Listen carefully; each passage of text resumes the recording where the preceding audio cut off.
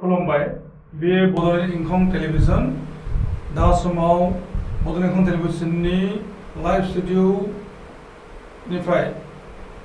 सावरायनो लादों मोनसे सावरायथुन बे जाबाय बर' हारिनि अलखद। बर' हारिया बायदि बिथिङाव अलखदाव गोग्लैसोनानै दङ। दा समाव जों सावरायनि सोलोंथाइनि बिथिङाव अलखद। जों दिनै बड'लेण्ड इंखं टेलिभिजननि स्टुडिय'आव हाबनानै लाबोदों प्राइभेट फरायसालिफोरनि गोरायुं इउएन एकाडेमि बिजनीनि दुर्गा ब्रह्म बिथाङा हाबनानै लाबोदों। नोंथांखौ खुलुमनाय होदों। आरो बड'सा एकाडेमि बिजनीनि गोरायुं मनिन्द्र ब्रह्म खुलुमनाय होदों। जों दिनै बड'लेण्ड इंखं टेलिभिजननि स्टुडिय'आव सानै प्राइभेट स्कुलनि गोरायुंमोनखौ हांख्रायनानै लाबोदों। जों दिनै सावरायगोन जे सरकारि फरायसालिफोरनिफ्राय प्राइभेट फरायसालिफोरनि पास जानायनि हारा बांसिन एबा 100आव 100 खोन्दो पास जानायनि बिबांखौ गोबांथार मोनबोनाय जादों। मा एक्सट्रा एफर्ट एबा मा माखासे मानि सेक्रिफाइस एबा बिफावनि गेजेरजों मोजां रिजाल्ट खालामनो हानाय जादों प्राइभेट फरायसालिफोराव, बेनि सोमोन्दै जों सावरायगोन। आरो बे बेलायाव सरकारि बिथिंनिफ्राय माबायदि नारसिननाय एबा माबायदि नेमखान्थि बिथोनफोर दङ बेजों जों सावरायगोन। फैगौ समाव प्राइभेट फरायसालिफोरनि गेजेरजों बर' हारिया सोलोंथाइ लानायनि गेजेरजों आरो समाज दानायनि बेलायावहाय माबायदि बिफाव लानाय जागोन बेजों जों सावरायगोन। गिबियावनो जों सावरायनि बड'फा इउएन ब्रह्मनि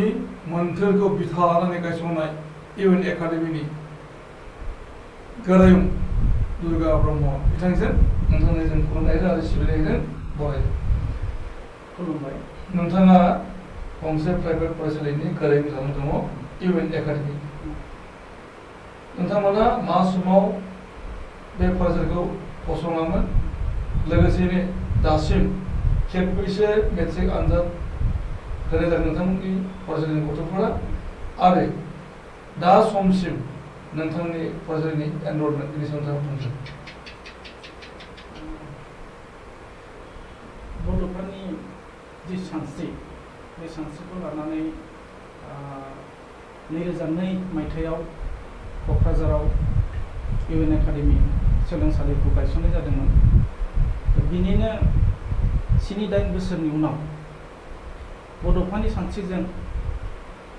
गोरोबनानै खामानि मावलांनो थाखाय बिजनीयावबो जोङो एसे साननानै क'क्राझाराव गायसंनायनि 7-8 बोसोरनि उनाव 2009 मायथाइयाव बिजनीयाव इउएन एकाडेमि सोलोंसालिखौ गायसननाय जायो। आरो बिनि थांखियानो जाहैबाय जोङो बर' बिजोंखौ फोथांनानै लाखिनायनि थाखाय। दा जोङो आं गिबियावनो सिगां गायसनजेननायाव फोरोंगिरि हिसाबैसो खामानि मावदोंमोन। बिनि उनाव आङो 2014 मायथाइयाव गोरायुंनि बिबानखौ मोनो आरो दासिम आङो गोरायुंनि बिबानावनो दङ। दा बै फोरोंगिरिजों लोगोसे गोरायुं बे सबसिम जि बिबान मोनबोदों बिनि गेजेराव आङो आंनि मोन्दांथि जि फरायसाफोरनि सायाव माबोरै माने साक्सेस जादों, दा बेनि माने माबाखौ आङो मोनसेल' नुहुरो, आरो बेनो जाहैबाय रेगुलार क्लास आरो रेगुलार स्टाडि फरायसाफोरनि। दा फोरोंगिरिफ्रा आरो फरायसाफ्रा रेगुलार क्लास खालामनांगोन आरो फरायसाफ्रा न'आव रेगुलार स्टाडि खालामनांगोन। बेखौनो जोङो 1 नाम्बाराव जोङो फरायसाफोरनि जाफुंनायनि लामाखौ नुहुरो। आरो बेजों लोगोसे सम सम माने फोरोंगिरि बा गुबुन सोलोंथाइजों सोमोन्दो गोनां गेदेमा सुबुंफोरखौ लेंहरनानै गेजेर गेजेर फरायसाफोरखौ जोङो मटिभेसन जों प्रग्राम होयो। दा बेफोरनो जानो हागौ आंनि मोनदांथियाव बेफोरनो फरायसाफोरनि जाफुंनायनि माने गुबै माबाया जाहोना दा जोङो जोंनि सोलोंसालिया थांनाय 2015 मायथाइनिफ्राय मेट्रिक आनजाद होजेननानै दासिम थांनाय 6 जुनाव ओंखारनाय जि मेट्रिकनि एग्जाम रिजाल्ट दा बे रिजाल्टसिमाव जों 6थि बार जाबोबाय दा बे 6थि बारसिमाव जोङो गासिबो फरायसाफोरखौनो जों जाफुंसारनाय नुनो मोनदों मानोना एबा रिजाल्टखौ जोङो 100% नुनो मोनदों दा बिनि जाहोनाव बैफोर माने खामानिफोरखौनो आङो माने साननानै लानो हायो आरो जाफुंनायनि माने जाहोनखौ दा समाव नोंथांनि फरायसालियाव एनरलमेन्टआ माबायदि दासिम 2020 सोलोंथाइ बोसोराव जोंनि सोलोंसालिनि एनरलमेन्टआ गासै नार्सारिनिफ्राय क्लास 10 सिम लानानै 280 सा दङ। आच्छा 280 सा फरायसाफोरा गासैबो दा बे नार्सारिनिफ्राय जागायजेननानै आप टु क्लास 10 सिम माने बेनि माने आलादा हिसाबै जेनेबा थाखोसे बेसेबां थाखोनि बेसेबां बिदिखौ बुंनायनि राहा दङ दा आं बेखौ बुंथ'नो हानाय नङा। आच्छा फैगौ समाव फैगौ बाराव साबेसे मेट्रिक टटेल हिन्जावसा हौवासा गासै 38 जना माने फैगौ बोसोराव माने मेट्रिक आनजादखौ होगोन। थांनाय 6 जुन खालि जोंनि मेट्रिक रिजाल्ट फोसावबाय बे समाव साबेसे फरायसाफोर दंमोन गासै 23 फरायसाया मेट्रिक आच्छा नोंथांनो जोङो उनाव सम होबावनि जों दान्दिसे ब्रेक लानि उनाव जों सावरायगोन आरोबाव बड'सा एकाडेमिनि गाहायाव मनेन्द्र ब्रह्म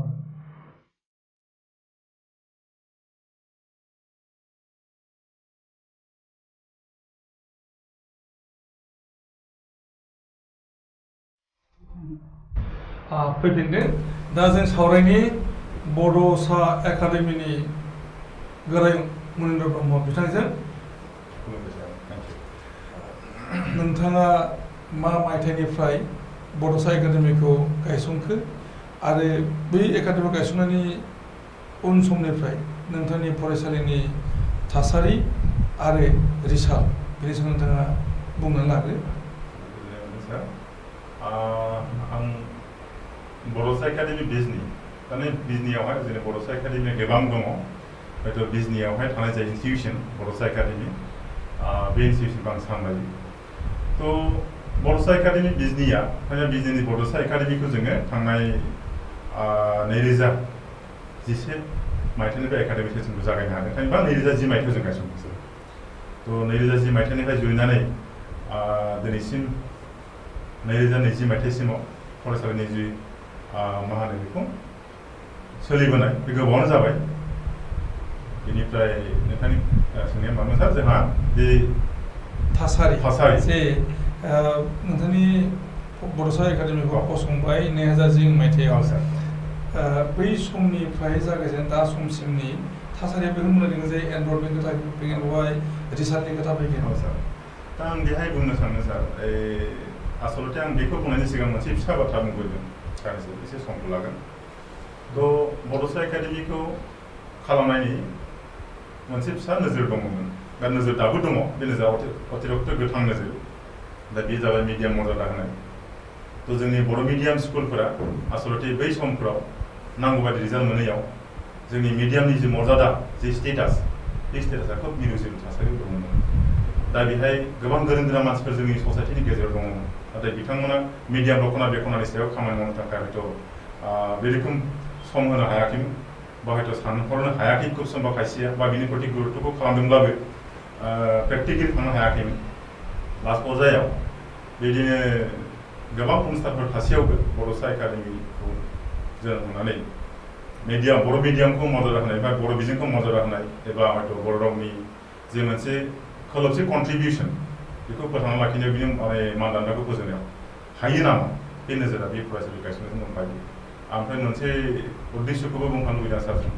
जे जोंनि इन्स्टिटिउसनफोरखौ आं गोबां नुदों जेरैहाय जोङो गथ'फोरखौ लेखा गोरों खालामो लेखा गोरों खालामनो बयबो बिमा बिफाफोरा जुजियो आरो फोरोंगिरिफ्राबो बेखौनो हास्थायो उद्देश्यआ बिमा बिफानि लुबैनाय गार्जेननि फोरोंगिरिनि लुबैनाय फरायसानि नाजानाय गासैबो उद्देश्यआ खिन्थु क्वालिटि एजुकेसनखौ मोननाय थाङो थ' बे बिथिङाव जुदि थाङोब्लाबो नाथाय जों क्वालिटि एजुकेसननि भिउखौल' नुयो माने क्वालिटि एजुकेसननि सिमांखौल' नुयो क्वालिटि एजुकेसननि डिटेल जिबायदि डिफिनिसन बे सार आंनि व्यक्तिनिफ्राय एसे आलादा बे जाहैबाय थ' सासे गथ'आ लेखा गोरों जाबा जानो लेखा गोरों जानानै जुदि मोसौ सिखाव जायोब्ला लेखा गोरों जानानै जुदि गथ'आ आखल आखु बिथिंजों दुर्बल जायोब्ला थ' बेबायदि गोरों व्यक्तिफ्रा थानायबो थायो साख्रि आरो गाज्रिफ्राबो गोलैयो जेरावहाय थ' बे अनुजायै जे क्वालिटि एजुकेसन होननाय उद्देश्यखौ आङो बेहाय आखल आखुनि शिक्षाखौबो लाफायो धर्मीय फिलसफिफोर धर्मीय फिलसफिया सासे गथ'नि बा सासे उन्दैनिफ्राय जुदि गथ'आ बेखौ मोनखालाङो बे मोनसे रोखोम नाखि जायो सार गथ'नि मोसौखौ जों नाखि लगायनानै जेरै सामलायनो हायो गथ'नि मेइन नाखिया जाहैबाय मा एजुकेसनजों लोगोसे बै धर्मीय फिलसफिफोर जायखि धोरोमनि जाया मानो बेयो हायोबा बे शास्त्र सम्पर्क थानाय बेफोर फिलसफिफोरखौ होनो हायोब्ला मोजां जायो दा बे बुस्थुखौ लानानै बड'सा एकाडेमिखौ एसे एक्सट्रा माखासे परिबेसफोरखौ होनो हायो नामा बे नाजाथाबनायजों गथ' दानाय आरो क्वालिटि एजुकेसन सोरजिनायनि भिउजन खालामनाय जादों दा इनस्टिटिउसननि आं रिजाल्टखौ बुंनो थाङोबा सारा रिजाल्टखौ सोंफादों थ' आं रिजाल्टखौ बुंनो मोननायाव बेखौ 2017 मायथाइनिफ्राय होजेनदों आं बिनिफ्राय बुंनोसै ओरैनोथ' फरायसाखौ जोङो क्लास नार्सारिनिफ्राय जुरिनानै क्लास 10सिम सामलायो ओमफ्राय जोङो जेब्ला समाव फरायसालिखौ गायसंजेनदोंमोन बेहाय क्लास 5सिम थामहिनबा 5निफ्राय 6आव गबोनाय जायफोर गथ' क्लास 6नि गथ' थामहिनबा दा बिसोर माने क्लास नार्सारिनिफ्राय बेसेबां क्लाससिम लाना जों सालायबोदोंमोन सार बिनि उनाव 2017 मायथाइयाव मेट्रिक होजेनबाय फोरोंगिरिफोरनि जुजिथाबनाय आरो उद्देश्यआ जिथु दङ माखासे ड्रिम सेटिं खालामना लानाय जायो सार टारगेट सेटिं खालामना लानाय जायो कारण जोंनि प्राइभेट स्कुलफोराथ' कमप्लिटलि प्राइभेट बिनि डिसिप्लिनाबो प्राइभेट जायो बिनि साननाय हनाय आइडियलजिफ्राबो माने प्राइभेट जायो आरो बिनि जि मोनसे रिजाल्टनि एक्सपेक्टेसन बेखौ जों प्राइभेट हिसाबै एक्सपेक्ट खालामो सार आरो बे अनुजायै थ' 2017 मायथाइयाव फोरोंगिरिफोरनि जुजिथाबनाय आरो फरायसाफोरनि नाजाथाबनाय गार्जेनफोरनि प्रति जि मोनसे स्पेसियेल प्रेसार होनानै बिसोरखौबो जि समाज मदद लाफाहोनाय आरो समाजनि खायफा गोरों मानसिफोर दङ बिथांमोननि जि मोनसे हास्थायनाय बोसोन बेखौ लानानै 2017 मायथाइनि जि रिजाल्ट बे चिरां डिस्ट्रिक्टआवनो टप जादों सार 100% फार्स्ट डिभिजन हरनो हानानै जोबोद गोजोननाय मोन्दों खिन्थु बे समाव गिनाय फैदों जे दा बे उननि समफोरखौ जों बोरै दैदेननो हागोन नाथाय खोथाया बेनोल' हाइलाइट जायाखै कारण जों इनस्टिटिउसननि रेजिस्ट्रेसनखौ गुबुन स्कुलजों खालामनाय जायो मंगलिया हाइ स्कुलजों खालामनाय जायो दा 2017 मायथाइयाव चिरां डिस्ट्रिक्टनि मादावहाय फरायसालिया साबसिन रिजाल्ट खालामदोंब्लाबो बड'सा एकाडेमिनिफ्राय बेखौ जोङो मानसिफोरनि सेरावहाय अनसायनाय बा हयथ' मिथिहोनो हानाय जेबो परिबेस लानो हायाखिसै आं दुखु मोनाखै जेबो कारण खामानियाथ' माने मिथिहोनाय मिथिहोयैनि खोथाखौ लानानै नङा आउटपुटखौ बोरै लाबोनो हायो गिदिर लानानै बिसोर नालाय सार दा बिदिनो 2017 मायथाइयाव गोजोनबाय नाथाय बेनो आनफर्चुनेटआ 2018 मायथाइयाव होनो गोनां गथ'फोरा एसे गेपमोन सार दा बेहाय जोङो गुबुन गुबुन फरायसालिनि बे लेखा गारना थानाय मानाय बिदि गथ'फोर बोरै माने बेट्सखौ गेप खालामो दा आं सासे लोगो दङ अजुन बसुमतारी सार बिथाङा मेनेजमेन्टखौ खोब मोजां रल लायो मेथमेटिक्स साइन्सनि टेकल खालामनो थाखाय थ' बिथाङाबो होनबाय टिचारफ्राबो होनबाय जे गेप खालामनो हाया थ' बे बिथिङाव जोङो गथ'फोरखौ मालायनि स्कुलनि गथ'बाबो जों अनसायना लाबाय आरो दा बे हिसाबै जों दानो हागोन कनफिडेन्स नुदोंमोन नाथाय बिराद गिदिर एक्सपिरियेन्स बेबो लाबोबाय जे 2018 रिजाल्ट गथ'फोराथ' जेबो दस गैया कारण गथ'फोरा उन्दैनिफ्राय नार्सारियाव जे आदारखौ मोनजानांगौ आरो बेखौ मोनजानांगोन क्लास 1आव जेखौ मोनजानांगौ 2आव जेखौ मोनजानांगौ बेखौ थिग मथे मोनजाबोयोब्ला गथ'आ माने माबा जाया माने डिफिसियेन्सि थाया जेबो थद्रबनो बे खनसायनाय गथ'खौ जों दानो मोजांद्राय हायैयाव रिजाल्टनि बोसोराव एसे दुरबल जादों दा 2019 सनाव फैलायबाय दानिया 2019 सननि रिजाल्टआबो 100% मोजां जादों बेहाय सासे 2017 सननि रिजाल्टआ खिन्थु माबा सार बेखौ बुंनानै एसे बावदों मोजां रोखोमनि सासे डिस्टिंसन दखल खालामदों फार्स्ट डिभिजनफोरनि गेजेराव 2019 सननि जे रिजाल्ट बेहाय फार्स्ट डिभिजन सासे सेकेन्ड डिभिजन थांदों गोबाङा फार्स्ट डिभिजन थांदों गथ'फ्रा खमखामोन नालाय आरो बेनि गेजेरावहाय सासे स्टार मार्क लादों 88 मार्क्स सेक्युर खालामनानै थार्ड डिभिजन गैया सार फेलबो गैया थ' 2020 सन फैलायबाय देग्लायहाय दिनै 2020 सनावहाय बेहायबो जोङो 100% गथ'फोरखौ पास खालामहरनो हादों बेनिफ्राय गथ'फ्रा एसे खम खामोन 50% फार्स्ट डिभिजन 50% सेकेन्ड डिभिजन थाबाय ओमफ्राय जाय फार्स्ट डिभिजन थांदों बिनि गेजेरावहाय डिस्टिंक्सन हल्डार जाय बे चिरां डिस्ट्रिक्टनि गेजेराव टप सेकेन्ड थांदों सार थ' आं बेखौ सानदों मोनसे फोरोंगिरिफोरनि जुजिनाय जि आरो इनस्टिटिउसननि जि उद्देश्यफोर बे बायनानै थाङाखै खुब गोख्रोङै दङ आरो हयथ' खामानि मावलांनो थाखाय मोनसे गिदिर इन्सपिरेसन एनरलमेन्टआ माबायदि सार इनरलमेन्टआ एसे खम जायो खारन इनरलमेन्ट खम जानायनि माखासे फिसा फिसा रिजनफोर दङ जोंनि इनस्टिटिउसनाव जोङो खुब नांगौ बायदि बारा माबाखौ होनो हाया मा होनो बेखौहाय एकोमोडेसननि फेसिलिटिफ्रा एसे खम जायो दा इनस्टिटिउसनफोरखौ जोङो मा होनो बेखौ खनसे खननै रेन्टआवसो दङमोन नालाय इलिसावसो थायोमोन नालाय बिदिनो बास्लायबोनायाव खायसे एसे टेकनिकेल उसुबिदा जानायाव एसे बिदि जादों अब्लाबो सोलिनो हायो उसुबिदा जेबो गैया ओमफ्राय मोनसे सारा मा सोंबावदोंमोनलाय आंनाव रिजाल्टनि खोथा बुंबाय आङो ओमफ्राय स्कुलनि थासारिनि खोथाखौ बुंबाय आङो ओमफ्राय बेजों लोगोसे बिनि प्रति एक्सपिरियेन्सखौ बुंनो नागिरदों सार थ' एक्सपिरियेन्सआव फैबाय दानिया थ' आं माब्लाबाबो सानाखैमोन जे दिनै हयथ' आं प्राइभेट स्कुल गंसे लिड खालामनो नांगोन आं माब्लाबाबो सानाखैमोन जे हयथ' दिनैहाय बे एसेबां गिदिर समाजनि रेसपन्सिबिलिटि लानानै खामानि मावनो नांगोन आं बायदि मानसि सासे नाबालक मानसिया नाथाय आं मोनसे बेनोमोन सार आं फोरोंनाय खामानिखौनो बयनिख्रुइ साबसिन होननानै मोनदांमोन मावनो थाखाय गिनाय दङमोनब्लाबो आं फोरोंनाय खामानिखौ मोजां मोनबोदोंमोन आं जेब्ला समाव हाइ स्कुलाव फरायबोदोंमोन बेहायनो आं माखासे फोरोंगिरिफोरनि आंनि आंगो फोरोंगिरिफोर दङ जायफोरनि मुंखौ आं बुंला बे समाव आं गोबां बिथांमोननि फोरोंनायनि गेजेरजों गोसो सिङाव मोनसे फोरोंनायनि प्रति आकर्षण जे फिलिं बे जानानै थादों नाथाय बिदिनो सोलिबोबाय थ' आंनि एजुकेसना माने ग्रेजुएसन खालामनायनि एसे सिगांनिफ्रायनो आं बे खामानियाव इनभल्भ जादों बेनिफ्राय ग्रेजुएसन खालामखांनायनि उनावहाय आङो बेयाव फुल्लि इनभल्भ जानानै थाबाय सार आरो बेयाव ओरैबायदि गिदिर एक्सपिरियेन्स आंनाव जादों जायखौ आं अनुभबखौनो खालामफेराखैमोन बे जाहैबाय मा सासे बिमा बिफाया गथ'खौ जोनोमल' होयो जोनोम होनायनि उनावहाय बे गथ'नि थांना थानायनि कमप्लिट रेसपन्सिबिलिटिखौ माने रुजुनानै लानो गोनां जायो सार आरो रुजुनायजों लोगोसे समाजनि सायाव ओरैबायदि गिदिर दायबद्धता दं बे खामानिया बे समाजाव थानानै बे गथ' सासेखौ समाजजों सिक्रिटि होजानाय गथ' खालामनो हायाब्ला बिमा बिफाया गथ' गाज्रिनि थाखाय जि बदनामखौ मोनो इनस्टिटिउसना बे एखे बदनामखौ मोनो आरो बे एखे बदनामनि भुगिदार हिसाबै आं थानांगौ जानायाव आं गिदिर गिदिर जों गोबांथार सावरायगोन सार नोंथांनो सम होगोन जों दान्दिसे ब्रेक लाबोदों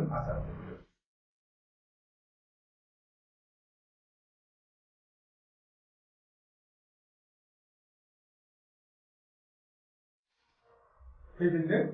दा जों सावरायबावदों बर' हारिनि अलखद आरो सोलोंथाइ बिथिङाव मोगा मोगि जानांनाय थासारि दुर्गा ब्रह्म नोंथांनि इउएन एकाडेमि फरायसालियाव बेसेबां फोरोंगिरिफोर दङ गासै 19 सा फोरोंगिरि दङ 280 फरायसाफोरनि एगेन्स्टआव 19 सा फोरोंगिरि टिचिं नन टिचिं लानानै गासै 27 सो आच्छा 27 सा माने लाइमोनफोरखौहाय खामानि थिसननाय जादों बेनिफ्राय बिएड गोनां फोरोंगिरिफोर बिएड गोनां फोरोंगिरिफोर दङ साबसे दङ साथामसो दङ सार आच्छा बेनिफ्राय एज पार रिक्वायरमेन्ट माने साबजेक्ट वाइज फोरोंगिरिफोर दंजोबो होनजायो सार दंजोबो हाई स्कुलनि थाखाय बेसेबां फोरोंगिरि दङ हाई स्कुलनि थाखाय गासै 7 सासो फोरोंगिरिफोर दङ सासेनि फोरोंगिरिया माने 9 10खौ फोरोंगासिनो दङ बेनिफ्राय एमए सेक्सनावबो बेबायदिनो माने जोङो माने इमथि गैया आरोखि मथा मथि जोङो माने फोरोंगिरिखौ मेकआप खालामनानै एडजास्ट खालामनानै 9 10 जोंनि सेकेन्डारि लेभेलनि फोरोंगिरिफोर बिथांमोननि क्वालिफिकेसना नांनायसो दङ जोङो गासै बिएससि 3 दङ सासे ससियेल फोरोंगिरि दङ बे बिए सासे इंलिश फोरोंगिरि दङ बिथाङा इंलिशआव एमए दा बेबायदिनो आरो बर' एमएलनि थाखाय जोङो एमए बिए गोबां दङ बिथांमोनानो माने बिएड गोनां साबेसे दङ बिएड गोनाङा 3 दङ माने सेकेन्डारि लेभेलाव माने हाई स्कुल लेभेलाव आच्छा दा नोंथांनि फरायसालियाव सार बे थोजासे दङ क्लास नार्सारिनिफ्राय क्लास 10 सिमनि थाखाय टेकल खालामनो जाखिनि टिचार नांगौ हयथ' जिखिनि मानसि नांगौ बे थोजासे दङ सार क्वालिफाइड टिचार सेकेन्डारि लेभेलाव 9-10 फोरोंनो थाखाय थोजासे दङ सार क्वालिफाइड होनना बुंनाय लोगो लोगो नैबे फैयो जे बिथांमोना माने बिएड दंना गैया आच्छा बे बिथिङाव आंनि फोरोंगिरि जाय बे माबानि हाई स्कुल सेक्सननि खायसेया बिएड गैया दा बिएड गैयाबाबो खिन्थु बिसोरो मोजां एक्सपिरियेन्स गोनां मानसि जेरै हमना लादो दिनै हयथ' 10-12 बोसोर 15 बोसोर टिचिं एक्सपिरियेन्स थाबोनाय मानसिफोर एक्सपिरियेन्स गोनां बिथांमोना सरकारि फरायसालियाव एक्सपिरियेन्स लादोंमोन ना प्राइभेट सार बिसोरोथ' प्राइभेटजोंनो लाबोनाय सरकारि फरायसालियाव बे रोखोम लायाखै सरकारि होनना बुङोब्ला बे सामार भेकेसन बा स्पेसियेल केम्प होयो जायफोर माने कोचिंफोर होयो बेफोराव बाहागो लाबोनानै एसे गभर्नमेन्ट एक्सपिरियेन्स बा बेखौ बुंनांसिगोन सार आच्छा दा बे जेनाखि कारिकुलाम सिलेबास एबा कन्टेन्ट्सफोर बेफोरो सेबानि माने जेनाखि कारिकुलाम बेखौनो बिथा लानाय जायो सार 100% ओमफ्राय खिन्थु बेहाय सेबानिफ्राय जुदिও जोङो कारिकुलामखौ लायोब्लाबो खिन्थु खायसे को-कारिकुलार एक्टिभिटिसफ्रा जोंना बे प्राइभेट जायो सार आरो कारिकुलाम हिसाबै लायोब्लाबो जेरै हमना लादो बेसिक गथ'फोरनि माखासे इनफरमेसन थाखाय जेरै कम्पिउटारनि एजुकेसन बेखौ जुदि गभर्नमेन्टआव दङब्ला गभर्नमेन्ट प्रपार इउटिलाइज खालामनो हायाखै हयथ' बेयाव गासैबो फेसिलिटिसफोर दंजोबोब्लाबो दा प्राइभेट हिसाबै जों खायसे बेफोर बुस्थुखौ हानायसिबां बाहायनो हायो सार दा नोंथांमोननियाव कम्पिउटार सेटफोरबो थोजासे दङ कम्पिउटार सेटआ फोरोंनो थाखाय दङ एभेलेबल होनना बुंनानै अजस्र होनना बुंजानाय नंला बे फोरोंनो थाखाय जेसेबां नांगौ बेखिनिया दङ बेनिफ्राय नोंथाङा बुंदों जे एक्सट्रा को-कारिकुलार माने प्रभाइड खालामनाय जायो दा एखौ माने एक्सट्रा को-कारिकुलार होनना बुङोब्ला मा नोंथांमोना बेहाय जोङो बेहाय मोनसे प्रग्राम लायो बेखौ आं सेटारडे प्रग्राम होननानै डिक्लेयार खालामदों माने मेन्टेल एलार्टनेस गथ'फोरखौ मेन्टेल एसे एलार्ट खालामनो थाखाय बेखौ मान्थलि प्रग्राम ओमफ्राय बे जाहैबाय मा बबेबा सप्तायाव जों डिभाइड सेम्पुसन लायो बबेबा सप्तायाव जोङो गथ'फोरखौ माने स्पेसियेल मटिभेसननि प्रग्राम लायो बबेबा सप्तायाव जोङो हयथ' गथ'फोरखौ पोएम रिसाइटेसन कम्पिटिसन प्रग्राम लायो बेबायदि माखासे प्रग्रामखौ लायो सार बेनिफ्राय मोनसे बेखौ एडिसनेल मोनसे प्रग्राम लाफानाय जायो बे एडिसनेल कम्पालसारि खालामो बेहाय जोङो लकेलाव थानाय मोजां अभिज्ञता गोनां मानसि जायफोरा माने मोजां अभिज्ञता गोनां मानसि बिसोरखौ लिंहरनानै जोङो गथ'फोरजोंहाय काउन्सिलिं खालामनाय जायो जेरै बाबुराम सारमोन बिथांमोन दङ बिदिनो सोरबा सोरबा बेबायदि मोजां मोनसे जायफोरा गथ'फोरखौ मटिभेट खालामनो हायो बेफोर प्रग्रामखौ सार एखेबारे मा होनो हानायसिबांखौ मासाव खेबसे खेबनै हाथाराबाबो मालाबा हयथ' गेप जायोब्ला असुबिदा एक्सट्रा को-कारिकुलार प्रग्रामा माने आनजाद होनायाव मा एफेक्ट खालामो सार बे एफेक्टआ ओरैनो खालामो खिन्थु बिनि टाइम सेटिंखौ एसे मोजां खालामनांगौ जायो माबोरै खालामनांगौ जायो जे आनजादनि प्रिपारेसननि थाखाय जे इउनिट टेस्ट जायो जोंनिया 3 इउनिट टेस्ट जायो बे 3 इउनिट टेस्टआव जाहाथे गथ'फ्रा प्रभाब गोलैयो दा बे बुस्थुआ आं दहाय होनदों जे कम्पालसारिब्लाबो जोङो बे बुस्थुखौहाय एसे एखमबा मासाव खनसे खननै बिदि खालामनांगौ जायो थ' बे बुस्थुआ मा जाबाय आनजादाव प्रभाब गोलैगोन बायदिब्ला खायसे समाव जों बेखौहाय दोनथ'नाय जायो दा अबजेक्सन दङ जे अजद दङ जे प्राइभेट फरायसालिफोराव माने बार्डेनखौ गथ'फोरनि बार्डेनखौ बुरजाथार होनाय जायो बिथांमोना खालि माने आनजाद ओरिएन्टेड माने आनजादाव पास जानायनि थाखाय माने छात्रफोरखौ फरायसाफोरखौ बांसिन मदद होनाय जायो ओरैबायदिबो अजद दं नोंथाङा मा सार बे बिथिङाव आं बुंगोन बाथ्राया फारसेथिंजाय नंगौ आरो फारसेथिं बुंनो थाङोब्ला हयथ' प्रयजनबो दङ सार नंगौआ माने अजद दङ बा गार्जेनफोरनि अजद बा हयथ' खायसे गोरों गोरा मानसिफोरनि बा हयथ' समाजनि मानसिफोरनि अबजारभेसना नोंथाङा जेखौ बुंदों जे गथ'फोरखौ आनजाद ओरिएन्टेड गथ'फोरखौ माने एग्जामखौल' पास जाहोनो थाखाय माखासे माने स्ट्रेस होनानै टर्चार होनानै गथ'खौ फोरोंनाय जायो सार दानि गथ' फोरोंनायनि बिथिङाव जायफोरा फोरोङो बेखौ आंनि अभिज्ञताजों एसेखिनि जा एक्सपिरियेन्स बेखौ लानानै थांनो नागिरदों प्रेक्टिकेलि गथ' फोरोंनाय बिथिङाव जों मानसिफोरा माखासे फिसा फिसा परिबेसखौ हमदांनानै बबे समाव मा बेराम जादों बेखौ आन्दाज खालामनानै खामानि मावनांगौ जायो आरो जोंनाथ' माने एग्जामखौ स्ट्रेस होनाय जाखायो सार कारण एग्जामखौ स्ट्रेस होनो थाखायनो जों बांद्राय हयथ' जोङो टारगेट लाना खामानि मावनायखायनो खायसे समाव रिजाल्टफोरा गाज्रि जायो दा जोंहा बे टारगेट लाथारनांगौनि मोनसे परिबेस जानायाव जोङो गथ'फोरखौहाय हानायसिबांखौ गाज्रि रोखोमै टर्चार नङा मटिभेसननि गेजेरजों बेखौ स्मुथ टर्चार जायखौ बुङो फुल टर्चार जों खुब लासै लासैहाय गथ'फोरखौहाय मटिभेसन खालामनायनि गेजेरजोंहाय इन्सपिरेसन होनानै बिसोरनि एनकारेजमेन्ट होनानै गथ'फोरखौ हानायसिबां एंगेजमेन्ट होनो सार आंहा फोथायनाय दङ गथ'खौ जों अनुभव खालामनांगौ जे गथ'आ नांगौनि बारा टर्चार जाहाथे जाया ओमफ्राय मोनसे जाहैबाय मा गार्जेनफोरनि बे बिथिङाव बुंनाया नंगौ होननाया नैबे खारन गथ'फोरा बांद्राय टर्चार मोनोब्ला मालाबा फेडाप जायो दा फेडाप जानायनि परिबेसफोरखौ लाबोना फेडाप जानायनि परिबेसखौ फिल खालामोबा टिचार सासेया बेना केपासिटि बिदि थानांगोन जे गथ'आ फेडाप जाबायब्ला बे फेडापनि थाखाय अल्टारनेट राहा स्टेप लानांसिगोन थ' खुब केयारनि गेजेरजों सार दा टर्चार होनना बुङोब्ला जों खालि टर्चार खालामबाथ' गथ'आ फेडाप जागोन आरो लास्टआव बिनि आउटपुटआ जिर' जागोन नाथाय गथ'नि आउटपुटखौ जिर' लाबोनाया फोरोंगिरिनि उद्देश्य नङा आरो बेखौ 100% फिल खालामनो हायो जोङो जे सासे गथ'खौ जोङो टर्चार बांद्राय होयोब्ला बा स्ट्रेस बांद्राय होयोब्ला गथ'आ मोजां जाखानाय नङा दा बिनि गेजेरावबो प्राइभेट स्कुलफोरा मोजां रिजाल्ट खालामो गोबां स्कुलफोरा बिनि मिनिङा बेनो सार बिसोर बिराद फुल टर्चार खालामो एनकारेजमेन्टनि गेजेरजोंसो बिसोरखौ स्ट्रेस होनाय जायो थ' सार बे बिथिङाव आं बुंगोन थ'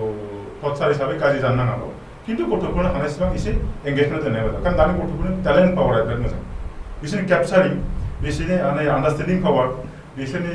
जि मोनसे केपासिटि बेफोर मोजां आरोखि दानि जुगाव आं जेखौ नुदों दा बेनिखायनो बिथां बे बांद्राय टर्चार जाया खिन्थु बेखौ लिमिट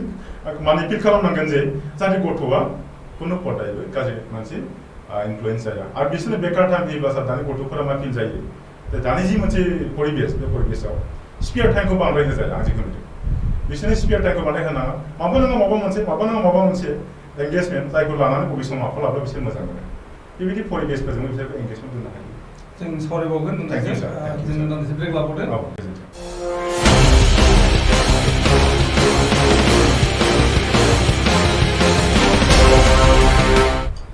फैफिनदों एक्सट्रा कारिकुलाम इउएन एकाडेमि नोंथांनि बे फरायसालियाव माबायदि प्रभाइड खालामनाय जादों जों बेखौ जोंनाव गोबां प्रजेक्ट दङ दा जोङो बिनि गेजेराव जोङो बबेबा माने प्रजेक्टखौ जों एसे मावफुंबाय आरो इयुनाव जों मावफुंनो हायि प्रजेक्टफोराबो जोंनि आखायाव दङ जोंनि थांखियाव दङ दा जेरै दा मावफुंनाय हिसाबै जोङो जेरै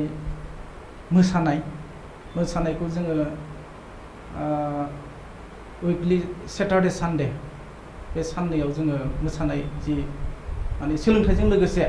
माने बे मोसानायखौबो लांफानांगौ होननानै जों ट्रेडिशनेल डेन्स बेखौ जोङो होफानाय जादों आरो बेबायदिनो गोबां जोङो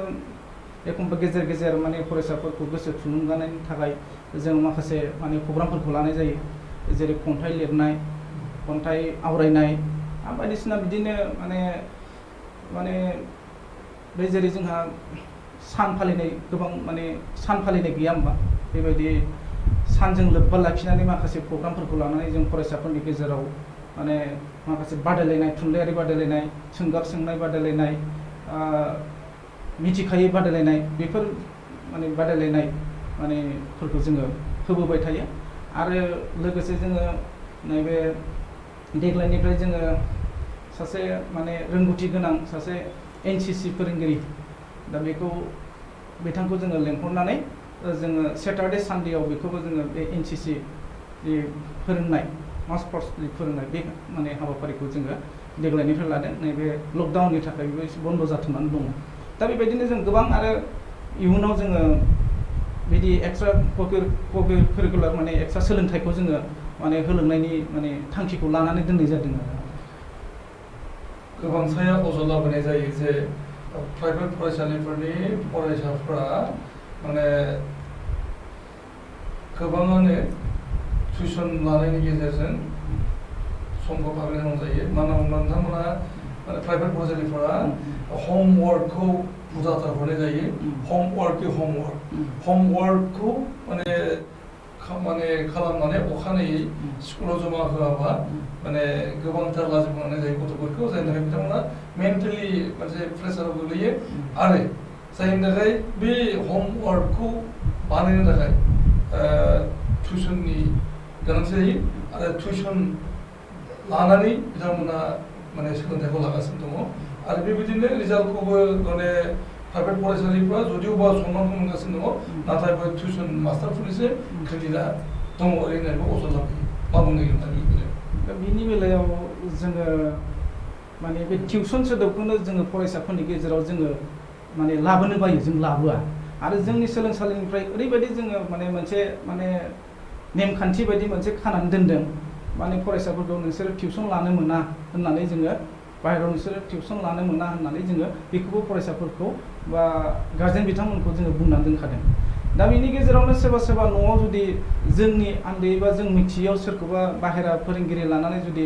लादोंबा बे गावसोरनि बाथ्रा, बेयाव जोंहा जेबो बुंनांगौ बाथ्रा गैया। खिन्थु जोङो बेबायदि माने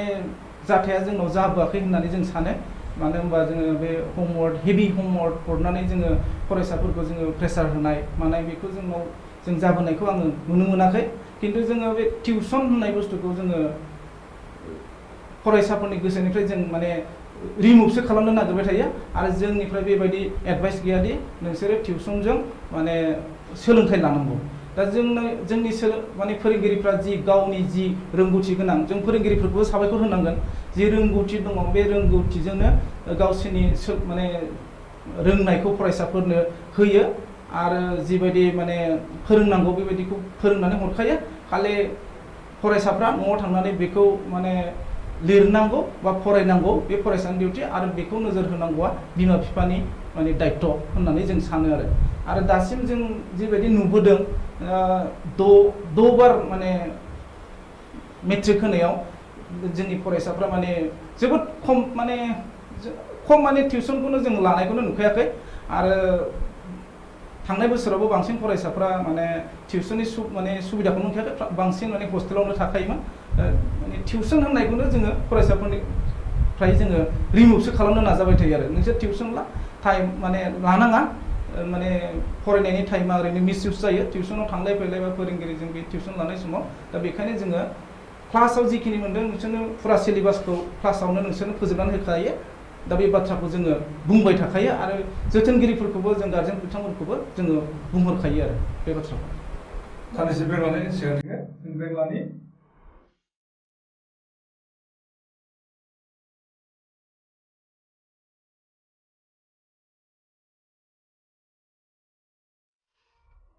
फैफिनदों। जों सावरायबाय थादों जे फरायसाफोरखौहाय माबायदि मटिभेसन खालामनाय जायो। नोंथाङा दाबावैसो बुंबाय जे टिउसन लानायखौ बन्द' खालामनायनि बेबस्था लानाय जादोंनो आरो हमवर्कनि प्रेसारखौ बा लडखौ होनाय जाद्रायाखै। नाथाय गोबांसाया अजद लाबोयो बेखौनो जे माने फरायसाफोरा एबा गार्जेनफोरा माने हमवर्कनि लड बेखौ बारग'नो थाखाय टिउसननि गोनांथि जायो होननाय जादोंनो। आरो बेराफारसे अजदाबो दङ जे आं नोंथांनि बाथ्रा बुंलिया, नाथाय गोबां माने फरायसालिफोरनि बाथ्रा फैयो जे गावबागाव फरायसालिनि फोरोंगिरिफोरा फरायसाफोरखौ माने टिउसन लायोबा बेखौ साबसिन केयार लानाय जायो बेखौनो जादों। बबेखानि आं बे गलखौ नोंथांनो होआ बा नोंथांनि आखायाव गोलैया, नाथाय बे अजदा खिन्थु दङ प्राइभेटफोरनि गेजेरावबो। दा जोङो मोनसे कुइसनाव जोङो सावरायबाय थानाय जायो, बे जाहैबायबा प्राइभेट फरायसालिफोरा एनरलमेन्टनि थाखाय गामि गामि गिदिंनानै फरायसाफोर उन्दै गथ'फोरखौ बुथुमनाय जायो फरायसालियाव एडमिसन लाहोनो थाखाय, जायनि थाखाय सरकारि फरायसालिफोरा मोनसे एनरलमेन्टनि क्राइसिस जानानै दङ। आरो बे एनरलमेन्ट क्राइसिसनि थाखाय बोसोरफा गंफा बै सरकारि फरायसालिफोरा माने बन्द' जानो लागै थांगासिनो दङ। बे बेलायाव नोंथांनि बुंनांगौ। बे बेलायाव आंनि बुंनांगौआ दिनैसिम बे इउएन एकाडेमि जि सोलोंसालि बिजनियाव बेयो 10 बोसोर बारबाय। आङो गुदिनिफ्रायनो दङ। गिबियावनो जोङो बे सोलोंसालिखौ 40 फरायसा माने एडमिसन होनानै जोङो जागायनाय जादोंमोन। नाथाय बेखौ रावबो बुंनो हायादि जोङो फरायसा मोननो थाखाय सोरनिबा न' थांनानै जोङो सोरनिबा फिसाला फिसाजोखौ जोङो बेयाव एडमिसन ला होननानै दि माने बिनाय माबा मोनसे जोंखौ फोरमान होनो हानाय नङा आरो दासिम। जोङो 10 बोसोरनि बारबाय, दासिमबो जोङो सोरनिबा आथिं खुलुमनानै बा सोरनिबा न'खराव थांनानै जोङो दासिमबो जोङो फरायसाफोर नागिरनायनि जि हाबाफारि, बे हाबाफारिखौ जोङो दासिमबो माने खालामफेरनाय जायाखै आरो खालामफेराखैबो। आदसा मनिन्द्र ब्रह्म। औ सार, बे बिथिङाव गामि ओनसोलाव थांनानै माबोरै बुङो सार कुइसनखौ अननानै माने गोबां साया अजद लाबोदों सरकारि फरायसालिफोरनिफ्रायबो अजदआ बांसिन फैयो बे जाहैबाय जे एनरलमेन्टनि क्राइसिस जादों सरकारि फरायसालिफोरा गभर्नमेन्ट फरायसालिफोरा आरो प्राइभेट फरायसालिफोरा बा प्राइभेट फरायसालिनि माने जुदि सलायगिरि सामलायगिरि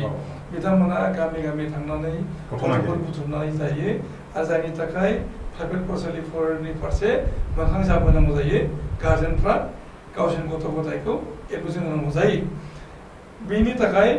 सरकारि फरायसालिफोरनि एनरलमेन्टआ गैया जानो हमगासिनो दङ बर' बिजोंनि फरायसालिफोरा माने एनरलमेन्टनि क्राइसिसनि थाखाय बोसोरफा गंफा बिदिनो बिलुप्त जानो थांगासिनो दं। बे बाथ्राया जोबोर मोजां कुइसन हयथ' सावरायनो आयदा आरो हयथ' आं सानो दिनै जोंनि बे सावरायनायनि गेजेरजोंहाय थारैनो बे बुस्थु फैबाय थायो सार आरो नोंथाङा जायगा बुंदों बास्तबथार बाथ्रा बियो थ' गोबां मानसिफोरा प्राइभेट स्कुलनि प्रति एसे दस होनानै बाथ्राखौ बुङो हयथ' खायसे बिथिङाव आं बुंगोन जायबो खोमा खायफा इनस्टिटिउसनफोरनि खेथ्रआव खायफा इनस्टिटिउसनफोरा गोबां स्कुलफोर दं हिसाबै गावबा गावनि मेनेजमेन्टखौ लानानै खायसेया बे खामानिखौ मावनो हागौ खायसेया हयथ' मावाखैबो जानो हागौ आं बेहाय थोंजों मावदों मावाखैखौ बुंला खिन्थु गभर्नमेन्ट स्कुला जे खमायबोदों बे हले 100% नंगौ बाथ्रा गभर्नमेन्ट स्कुलफोरनि संख्याया खमायबोनाया आरो बे दुखुनांथाव बाथ्रा स्पेसियलि जों बर' मिडियामफोरनि थाखाय गुबुन मिडियामफोरनि खोथाया बेबायदि प्रभाब बांद्राय गोलैयाखै खिन्थु स्पेसियलि बर' मिडियामाव नाथाय बिदि जि प्रभाब बेखौ नायोब्ला अतिरिक्त दुखुनांथाव थ' सार आं बे बिथिङाव बुंनो नागिरनाया बिसो बेहाय प्राइभेट स्कुल जानायखाय खायसे एसे बेखिनि परिबेसा जादों आं बेखौ बुंगोन खिन्थु बेहाय जुदि प्रभाब गोलैदोंब्ला 5% प्रभाब गोलैदों सार 95% प्रभाबा बे गभर्नमेन्टनि प्रसेसनि सायाव सोनारो थ' बे जाहैबाय मा दिनैहाय गभर्नमेन्ट स्कुलफोरनि खोथाखौ नायदो बर' मिडियामाव स्पेसियेलि गार्जेनफ्रा मानो प्राइभेट मुखि जाया सार आरो दिनै प्राइभेट स्कुलफ्रा जोनोम जानायानो नङा जुदि गभर्नमेन्टआनो साफिसियेन्ट इनिसियेटिभखौ लाखानानै दिनै गभर्नमेन्ट स्कुलफोरखौ फोथांनानै उथिस' लानाय नङा नाथाय सार बै समनि बाथ्राफोरखौ जों सानबोदों दिनैसिमाव बर' मिडियामखौ फोथांना लाखिनायाव फरायसालिफ्रा माबायदि भुगिबोनाङो गभर्नमेन्ट स्कुलफोरावनो सासे फोरोंगिरिजों बेसेबां बुरजा बुरजा गथ'फोर फोरोंनाय नाथाय प्राइभेट स्कुलनि उद्देश्यआथ' बे नङा आरो बेखिनि माखासे डेफिसियेन्सिफोरखौ नुनायखायनो डिमेरिट्सखौ नुनायखायनो प्राइभेट स्कुलफोरनि जोनोमा महर मोनो सार मिडियामखौ फोथांनांगौ सारफ्रावहाय बर' माने फोलेरनिफ्रायबो इसोराथ' गुनखौ बयबो जाथिनि गथ'फोरनो हरो ना जाति हिसाबैथ' मेलेमखौ हराखै थ' गासिबो जाथिनि थाखायनो हरो नाथाय दिनैसिम बर' गथ'फ्रा टप 10आव मार्क गाखोआ कुइसनफ्रा बेफोर जायोना दिनै गुबुन गुबुन मिडियामनि गथ'फ्रा थाङो टप 10आव बेबोलै भगबानानो माने बर' मिडियामनि गथ'फोरनो मेलेमखौनो खम हरखादों नामा कुइसनाथ' बे जानो हाया सार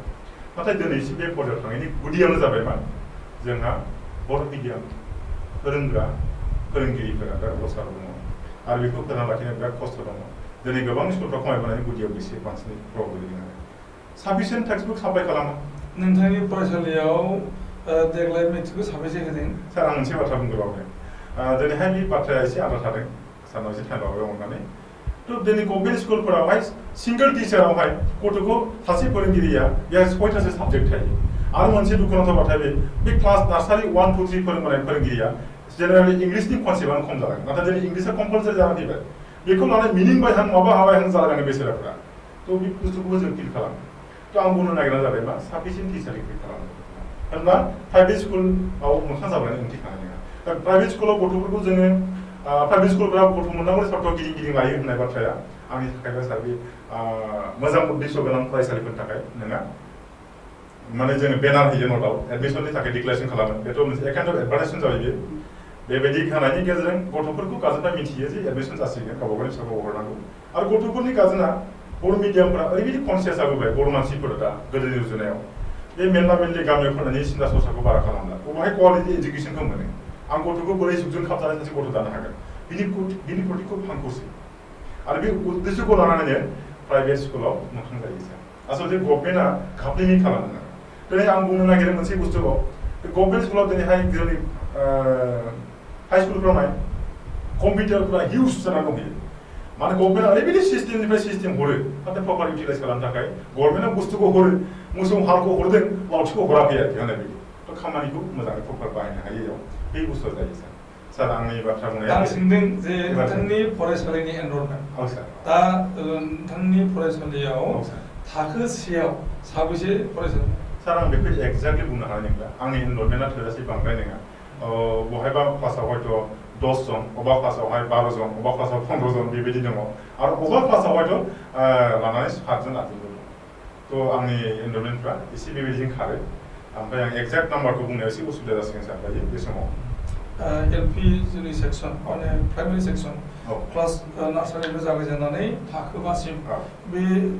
क्लासखौ फोरोंनो थाखाय माने साबेसे टिचार्स नोंथाङा एंगेज खालामदों क्लास नार्सारिनिफ्राय क्लास 5 सिम खोथा बुंदों सारा प्राइमारि लेभेल नालाय बेखिनियाव खमथारैबो 6-7 जनसो टिचार दं माने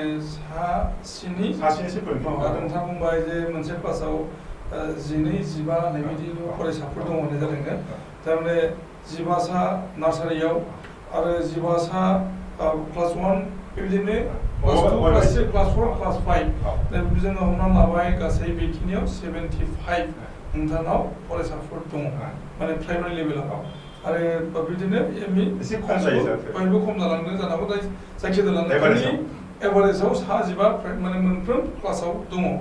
दा बे हिसाबै नोंथाङा बे सरकारि फरायसालिफोरनि जेनाखि एनरलमेन्ट बेखौ गोग्गो खालामनाय जादों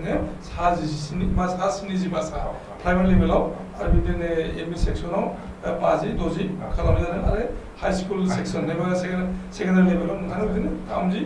बा 40 नोंथाङा खालामनाय जादों बेखिनिखौ नोंथाङा माने मानिनांगोन आच्छा बा बेनिफ्राय दा बिसोरनि थाखाय माने साफिसियेन्ट टिचार नोंथाङा सोदों आरो नोंथाङा दा बावैसो बुंबाय जे माने खमैबो सासेनिया माने एलपि सेक्सनखौ प्राइमारि लेभेलखौ फोरोंनो थाखाय दङ बेराफारसे नोंथाङा अबजेक्सन होदों बा नोंथाङा अजद लाबोदों जे सरकारि फरायसालिफोराव माने सानैनिफ्राय बांसिन एंगेज खालामनाय जाया जायनाखि बिथांमोना फ्रि माने मा होनो बेखौ नार्सारि लेभेल एबा माने गिबि फरायनाय हिसाबै जागायजेननाय फरायग्लांनाय थाखोसे थाखोनै थाखोथाम थाखोब्रै थाखोबा माने मोन6 क्लास फोरोंनो थाखाय सानैल' टिचार बिदि नोंथाङा बुंनो नागिरदों आरो बेखायनो माने सरकारि फरायसालिफोरनि फारसे माने गार्जेनफोरनि जेनाखि एट्राकसन एबा बिश्वास बेयो खमायलांनो हमदों आरो बेखायनो एनरलमेन्टआ गैया जानो थांगासिनो दङ आच्छा मोजां बानबुंथि बियो दा जों सावरायबावगोन जों दान्दिसे ब्रेक लाबोदों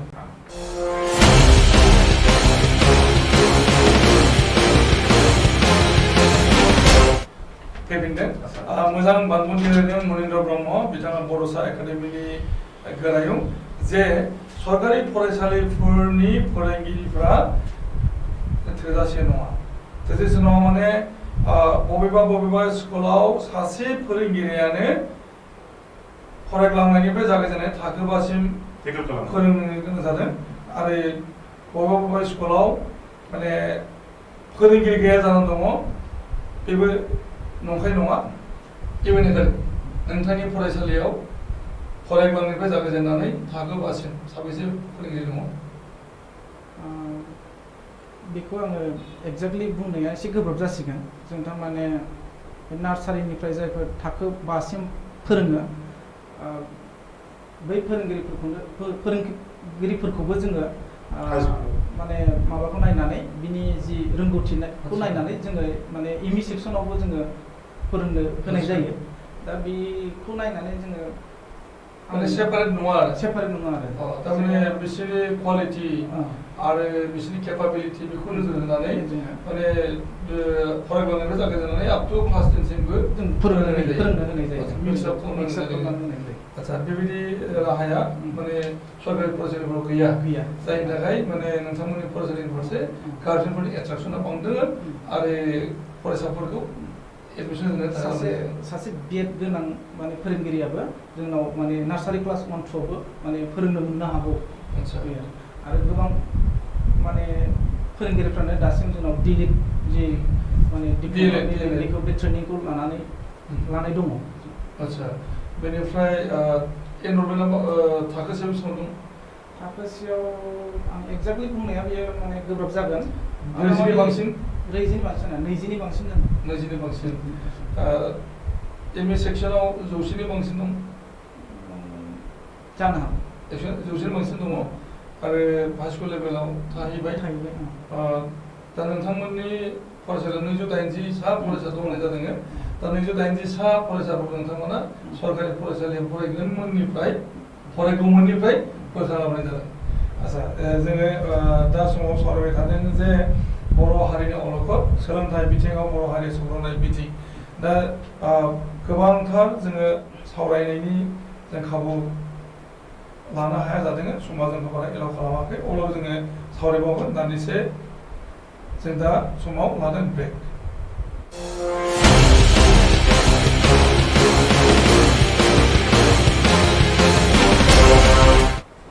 फैफिनदों मनिन्द्र ब्रह्म जोङो दा समाव बर' हारिनि अलखद सोलोंथाइ बिथिङाव बर' हारिया जौगानाय बिथिं बेनि सायाव सावरायगासिनो दङ। नोंथाङा फैगौ समाव नोंथांनि फरायसालिखौ माबायदि लांनो नागिरदों? सार बेथ' खोब बाख्नायथाव बाथ्रा। फैगौ समावहाय जों फरायसालिखौ बबे लेभेलजों लांगोन मा दिगजों थांगोन ओरैनो सार आथिखालाव ओरैनो जुदि माबाखौ बुङोब्ला गभर्नमेन्टनि परिबेसखौ लानानै जागोन गभर्नमेन्टआ जिखिनि इन्सट्राक्सन खालामो दिनैहाय हमना लादो सम हयथ' बाथ्रा फैदों हयथ' द्राफआव दं होननानै मिथिदों जे दिनै मेट्रिकखौ उथ्रिनानै HS बा हयथ' क्लास 12 खौ हाई स्कुलाव सोफासिगोन होननानै बाथ्रा फैदों थ' गभर्नमेन्ट गाबोन जुदि बेखौ अर्डार खालामोब्ला बा गभर्नमेन्टआ जुदि गभर्नमेन्टनिफ्राय साजेसन फैयोब्ला बेबायदि होनब्लाथ' बेखौ फल' खालामनांगोन सार। ओमफ्राय अब्ला जों हयथ' बै फर्जाजों थांनो थाखाय दानिफ्राय साखाफारा जानांगोन। थ' समजों लोगोसे मा थासारिजों थाङोब्ला मोजां जागोन बेखौ लानानै थांखि दङ सार। आरो नोजोरा बेनो जोङो माब्रैब्ला बर' मिडियामनि मानदान्दाखौ फोजौनो हायो। गोबांथार फिस लायो होननानै अबजेक्सन दङ प्राइभेट फरायसालिफोरा आरो सरकारा प्राइभेट फरायसालिफोरखौ मनिटर खालामसिगोन बेबो बुंनाय जादों। दा नोंथांमोनहा जेनाखि दा फिस लागासिनो फरायसाफोरनिफ्राय आरो बे फिसजोंनो नोंथांमोननि माने फरायसालिनि मेनेजमेन्टखौ खालामगासिनो दङ फोरोंगिरिनो बेथन होनाय बिदिनो इनफ्रास्ट्राक्चारनि बाथ्रा बेफोर गासैबो बेवहायनो रज'यो माने फरायसाफोरनो माने इम्पज खालामनाय जायो फिस दा बेखौ गोबांथार लायो होननानै माने अबजेक्सन होनाय जादों आरो सरकारनि बिथिंनिफ्राय बिनि सायाव मनिटर खालामगासिनो जादों माने सरकारानो रेट बानायसिगोन जे प्राइभेट फरायसालिफ्रा नै बेसेबां रेट लानांगौ बेबायदि खालामोबा नोंथांनि फरायसालिखौ सामलायनायनि बेबस्थाया मा जागोन? सार बे बुस्थुखौ खालामनो हायोब्लाथ' गभर्नमेन्ट साइडनिफ्राय मोजां आरो हयथ' खारन जोंनि इनस्टिटिउसनफ्राव बेफोरखौ बांद्राय प्रभाब फैनाय नङा आंनि फोथायनाय बेफोर प्रभाबा फैगोनब्ला सिटिफोरनि इनस्टिटिउसनाव फैगोन जाय इनस्टिटिउसनफ्रावहाय बोसोरावहाय हयथ' 2 लाख 2.5 लाख फैसा गारनानै फोरोंनांगौ जायो खिन्थु जोंनि बे रुरेल एरियायाव थानाय इनस्टिटिउसनफोरनि जे फिस लेभेल बेफोरथ' थिगानो दंखायो खोमा कुइसनबा खारन जायखिनि फिसजोंहाय गथ' सासेखौ फोरोंनो हायोबा हयथ' जायखिनि फिसजोंहाय स्कुलखौ रान खालामनो हायो बेखिनि फिसखौ सिन्था खालामनानैसो हिसाब खालामनानैसो फरायसालिफ्रा आजावो बा हयथ' लानाय जायो आरो सोरबाफोर मेक्सिमाम लायोब्ला हयथ' बे लिमिटाव फैनो बायद' जागोन। थ' आं सानदों बे बिथिङाव गभर्नमेन्टआ जुदि स्टेप लायोब्ला लानाया मोजां जागोन हयथ' इनकम जागोन आरो हयथ' बेहाय प्राइभेट स्कुलनि प्रति गांहाबना थानाय खायसे मानसिफोर थायो मोजां प्राइभेट स्कुल बहुत दंसै आजिखालि दा बे बिथिङाव क्वालिटियाबो जिहेतु मोजांसिन जायो मालाबा कम्पिटिटिभ मोनसे परिबेसजों जिहेतु थांनांगौ जायो दा बे बिथिङाव आं सानदों होनबा गोरिब गुन्द्रा मानसिफ्राबो माने मिडिल क्लासनि फेमिलि हल्डारफ्राबो बेखिनि सिन्था सरसाखौ खालामनानै प्राइभेटाव होनो हानाय जागोन सार। दा समाव COVID-19नि जुनै भारत लकडाउन सोलिबाय थादों आरो फरायसालिफ्रा फुराफुरि बन्द जादों आरो बुंनाय जादों जे फरायसालिफोरनि फरायसाफोरनो माने फिस लायालासिनो प्राइभेट फरायसालिफ्रा एडमिसन होनांगौ नोंथाङा मा खालामो? माने एडमिसनखौ बे बोसोराव एडमिसननि फिस लानो मोना ओरैनो फोरोंनांगौ। सार एडमिसननि फिसखौथ' COVID-19 जानायनि सिगां एडमिसननि फिसफ्रा जानांगोन एडमिसनाथ' डिसेम्बरनि जायो जिहेतु एकाडेमिक सेसना जानुवारिनिफ्राय जागायो एप्रिल दाननिखौ आच्छा बे माबायाव CBSE फोर जायफोरा दङ नामाखौ बुंनो एप्रिल दाननि फिसखौ लानो मा सार बेखौ जोङो एल्टिमेटलि गभर्नमेन्ट अर्डार बायदि खालामो बिथांमोना 50% लानो हायो होनदों दा बे खोब मोजां साजेसन ओमफ्राय दा बे बिथिङाव जों 50%खौ अलरेडि डिक्लेयारबो खालामो थ' जेरावहाय 500 थाखा फिस लानाय जायो टिउसन फिस जेराव 500 थाखा लानाय जायो 800 थाखाजों गगोन जायखौ 400 जों फोरोंनाय जायो बेयाव हयथ' 200 जों गगोन दा बेखिनिखौ खालामनाय जाबाय सार। COVID-19 नि प्रभाबाथ' खोब गाज्रि गोलैदों आरो बेखौ जुदि जों फिसनि स्ट्राक्चार फिसनि माबाजों लायाबालानो एसे दाजाबदेरनानै जुदि साननानै बुङोब्ला तो बे दिनैनि समावहाय एजुकेशन बिथिङाव गथ'फोराव गोग्लैबाय तो गोबां गार्जेनफोरा हालाय हाफाय जानानै दंसै गथ'फोरखौ माने माब्रैहाय एंगेजमेन्ट दोनगोन गथ'फोरनि एजुकेशना कमप्लिटलि कमिउनिकेशन गेप जाबाय टिचार आरो स्टुडेन्टनि गेजेरावहाय तो बे थासारिखौ लानानै बहुत सिन्तित हयथ' खायसे गार्जेनफ्रा न'आव फोरोंदों खायसे गार्जेनफ्रा हयथ' प्राइभेट केयार लाहोदों दा बिभिन्न सिस्टेमजों थांनो जागोन दा बे बिथांमोननि 50% फिस रेहाय लानाया हयथ' बे थासारियाव मोजां खामानि जादों आं सानो दा बेखौ जों प्राइभेट स्कुल हिसाबै बरायदों दा जों फैनि दुर्गा ब्रह्म बिथांनि सेराव दुर्गा ब्रह्म COVID-19 सोलिनाय जाफुदों सारा मुलुगखौ बे बेरामा सिग्लुंदों भारताव दं सोलिदों आरो फरायसालिफोरा बन्द जानानै दङ बे समावहाय नोंथांनि फरायसालिया मा रोखोम सोलियो बेयो जोंनिल' प्रब्लेम नङा जेंनाया जोंनिल' नङा सारा बुहुमावनो बे जेंनाया सोलिगासिनो दङ दा बेयाव जोंनि सोलोंसालियाबो गोग्लैनानै दङ दा बेयाव बयबो मिथिखागौ माने गभर्नमेन्टनिफ्रायनो जोङो माने अर्डार मोनखानाय दङ सोलोंसालिखौ दा बा क्लासखौ दा जागायनो मोनथ'वा होननानै दा बेनिखायनो जोङो मोनसे स्टेप लानानै दोनदों जोङो थांनाय मार्चनिफ्रायनो बे जागायनायनि मथा मथि साननैसो उननिफ्रायनो जोङो वाट्सएपनि गेजेरजों जोङो अनलाइन क्लास बा फरायसाफोरनो हमवर्क हरनाय बे बायदिसिना जोङो बे अनलाइन खामानिखौ जोङो माने मावबोगासिनो दङ आरो फोरोंगिरिफ्रा बेनि गेजेरजोंनो फरायसाफोरनो जि माने फोरोंनांगौ बा जि माने हमवर्क बा लिरनो हरनांगौ फरायनो हरनांगौ दङ बे खामानिखौ माने मावगासिनो दङ फोरोंगिरिफ्रा दा समाव सोलिगासिनो क्लासा अनलाइन क्लास सोलिगासिनो बेनिफ्राय फोरोंगिरिफ्राबो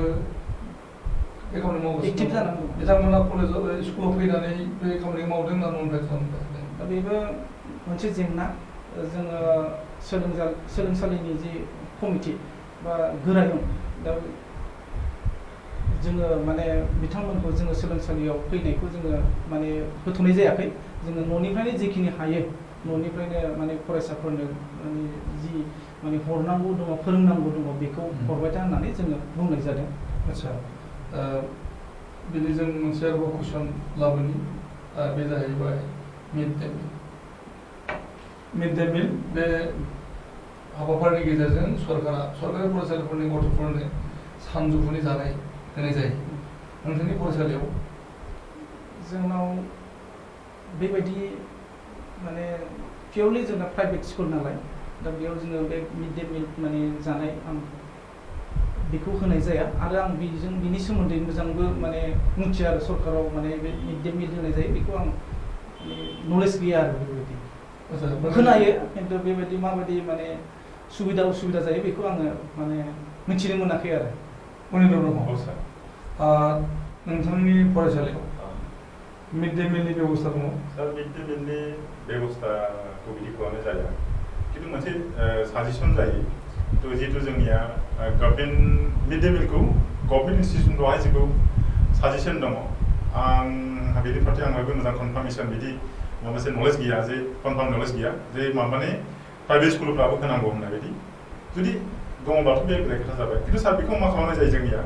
जे प्राइभेट स्कुलनि माबा हिसाबै आरो डिसिप्लिन हिसाबै जे गार्जेनफ्रा टिफिन लानांगौ दा बेखौ जों टिफिनजोंनो सानजौफुनि आदारखौ गथ'फोरखौ बे ब्रेक टाइमावहाय जाहोनाय जायो खायसे गार्जेनफ्रा लाङाब्ला खायसे गथ'फ्रा लाङाब्ला जिहेतु जोंना इन्स्टिटिउसना हस्टेल बेस खायसे गथ'फ्रा उसुबिदा दङब्ला हस्टेल जानो हायो बिनो हायो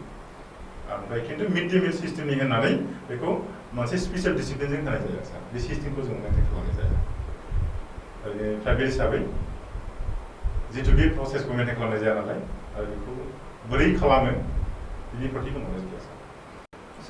थारमाने नोंथांमोननि फरायसालियाव मिड डे मिल होनाय जाया नाथाय गार्जेनफ्रा गावसोरनि गथ'फोरनि थाखाय माने टिफिन बक्स हरो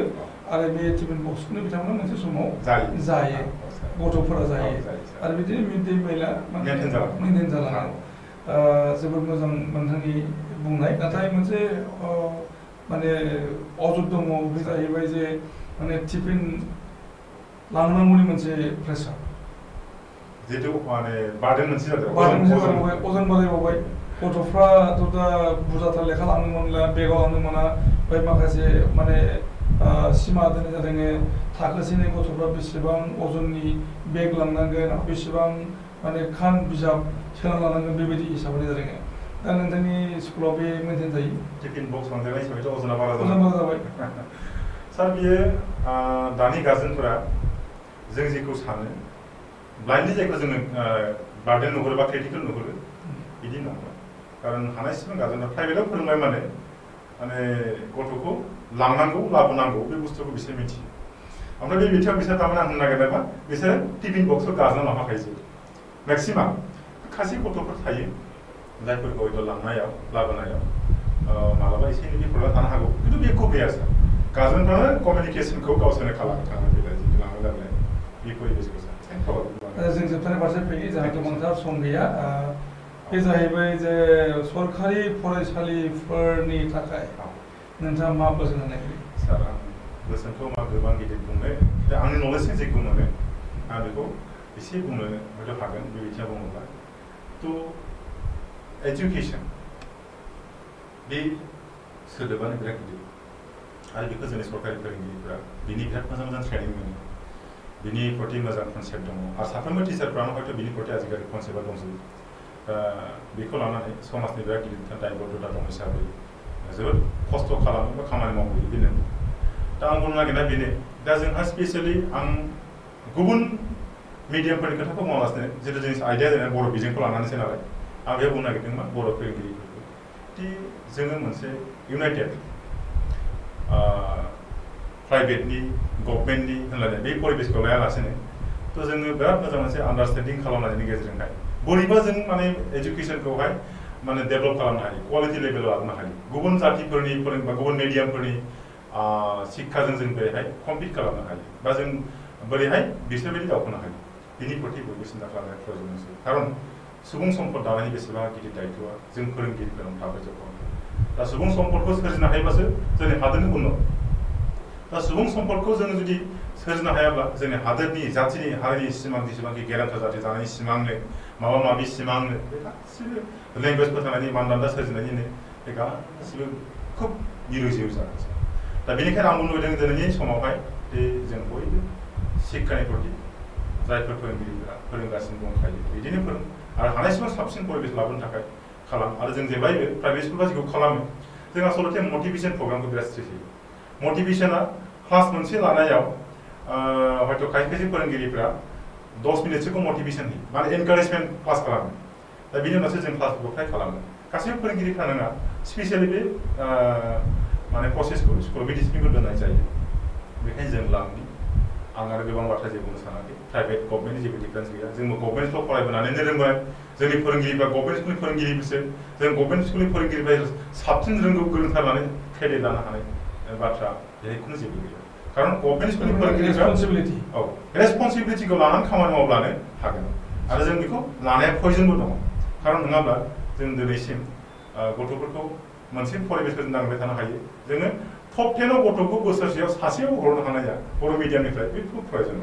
बे खुब आनफर्चुनेट जों बोसोरफ्रोमबो बेखौ हास्थायोब्लाबो मोननो हायैया थ' बे बिथाङा सानदों आनजादनि जायफोर मा होनो बेखौहाय आनजादनि एन्सार स्क्रिप्ट नायग्रा फोरोंगिरिफोर मालाबा बेखौ बुंनो नागिरदों सार थारमाने एन्सार स्क्रिप्ट नायाव गोबां एग्जाम खालामनानै मार्कफोरखौ गोदानै मोनफिननाय जायो दा जायफोर गथ'फोरा मालाबा आं मोनसे जोंनि आं बिजनि गार्ल हाइ स्कुलनि मोनसे खोथा बुंदों एग्जाम्पल स्कुलखौनो मेनसन खालामसै आङो थांनाय बोसोरनि रिजाल्टआव सासे गथ'आ असमिया गथ' बे असमिया मिडियामनिनो बिजनि हाइ स्कुल माने गार्लस हाइ स्कुलाव गार्जेन संकटब शिशुनि गोजोनाव गथ' दा बे सासे गथ'नि माबाया मार्कसा माबायदि एडभान्स 100% एक्सपेक्टेसन 100% मोनगोन मोजांथार जादों दा गथ'नि मार्कसा बेसेबांबा 45 ना मा फैदों जायो आरो दा गथ'आ बिनि थाखायनो डिस्टिंसन हल्ड खालामनो हायाखिसै रिचेक खालामबाय बेयो मा होनो बेखौ